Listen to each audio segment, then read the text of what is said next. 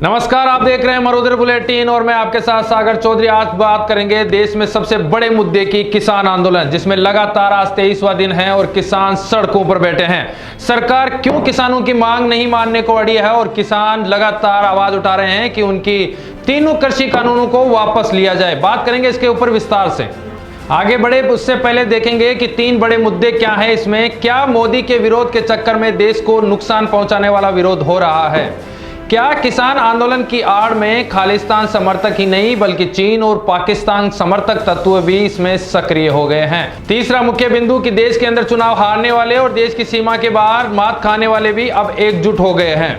आपको बता दें कि देश की राजधानी दिल्ली के चारों तरफ 18 दिसंबर को भी किसान आंदोलन की गूंज रही। कुल 23 दिनों से दिल्ली में प्रवेश करने वाले सभी मार्गों को जाम कर रखा है। इससे लाखों लोगों को परेशानी हो रही है। कहा जा रहा है कि ये किसानों का आंदोलन है, लेकिन क्या ये किसानों का आंदोलन है? अब तक की गतिविधियों को देखकर तो लगता है कि ये प्रधानमंत्री नरेंद्र मोदी के विरोध तक ही सीमित हो गया है। आंदोलन से जुड़े कुछ लोगों की जिद यह है कि जिस कृषि कानूनों को संसद में मंजूर किया गया है उसे रद्द किया जाए। ऐसे जिद्दी लोग कानून में संशोधन भी नहीं चाहते हैं और न ही सरकार के प्रस्तावों पर बात करने को तैयार हैं। केंद्र में नरेंद्र मोदी के नेतृत्व वाली सरकार एक चुनी हुई सरकार है। इस सरकार को बहुमत भी हासिल है। यदि किसी सरकार का फैसला पसंद नहीं आता है तो उसे अगले चुनाव का इंतजार करना चाहिए। लेकिन जो लोग देश के अंदर मोदी से हार गए हैं वे अब किसान आंदोलन में सक्रिय हैं। गंभीर बात तो यह है कि देश के बाहर सीमाओं पर मात खाने वाले तत्व भी किसान आंदोलन में सक्रिय हो गए हैं। सब जानते हैं कि जम्मू कश्मीर से अनुच्छेद 370 को हटाकर भारत ने पाकिस्तान को करारा जवाब दिया है। इस अनुच्छेद के रहते ही पाकिस्तान ने हमारे कश्मीर को आतंक का गढ़ बना रखा था। ये नरेंद्र मोदी की ही रणनीति थी कि कश्मीर मुद्दे को अंतर्राष्ट्रीय मंच पर भी नहीं आने दिया गया। यहां तक कि पाकिस्तान को मुस्लिम देशों के समूह का भी समर्थन नहीं मिला। इसी प्रकार लद्दाख सीमा पर जब चीन ने ताकत दिखाई तो भारत ने अपनी सैन्य शक्ति भी दिखा दी। आजादी के बाद यह पहला अवसर रहा जब हमारे सैनिक चीन के सामने सीना तान कर खड़े हो गए।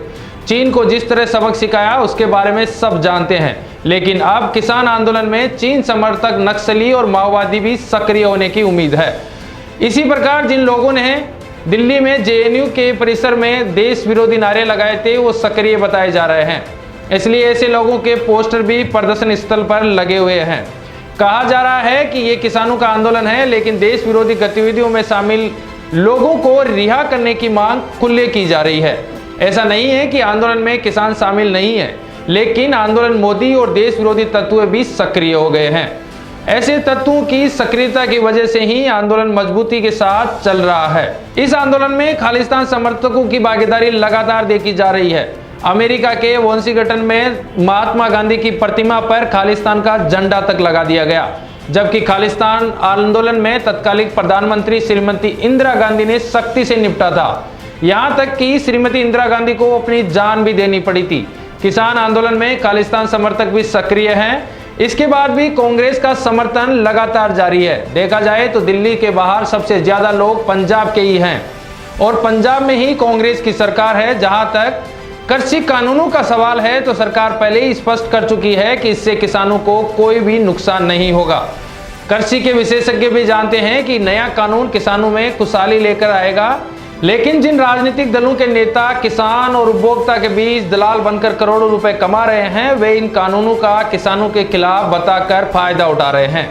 चूंकि आंदोलन में धनाढ़ दलालों की भी भूमिका है, इसलिए आंदोलन स्थल पर सभी सुख सुविधाएं सुनियोजित तरीके से उपलब्ध करवाई जा रही है। इससे सरकार की संवेदनशीलता ही कहा जाएगा कि अभी तक कोई भी सख्त कदम नहीं उठाया गया। सरकार और किसान एक दूसरे के आमने सामने हैं और क्या आने वाले समय में हो सकता है। लगातार बने रहिए मरुद्र बुलेटिन पे। अगली खबर में फिर मुलाकात होगी, तब तक के लिए जय हिंद, जय भारत।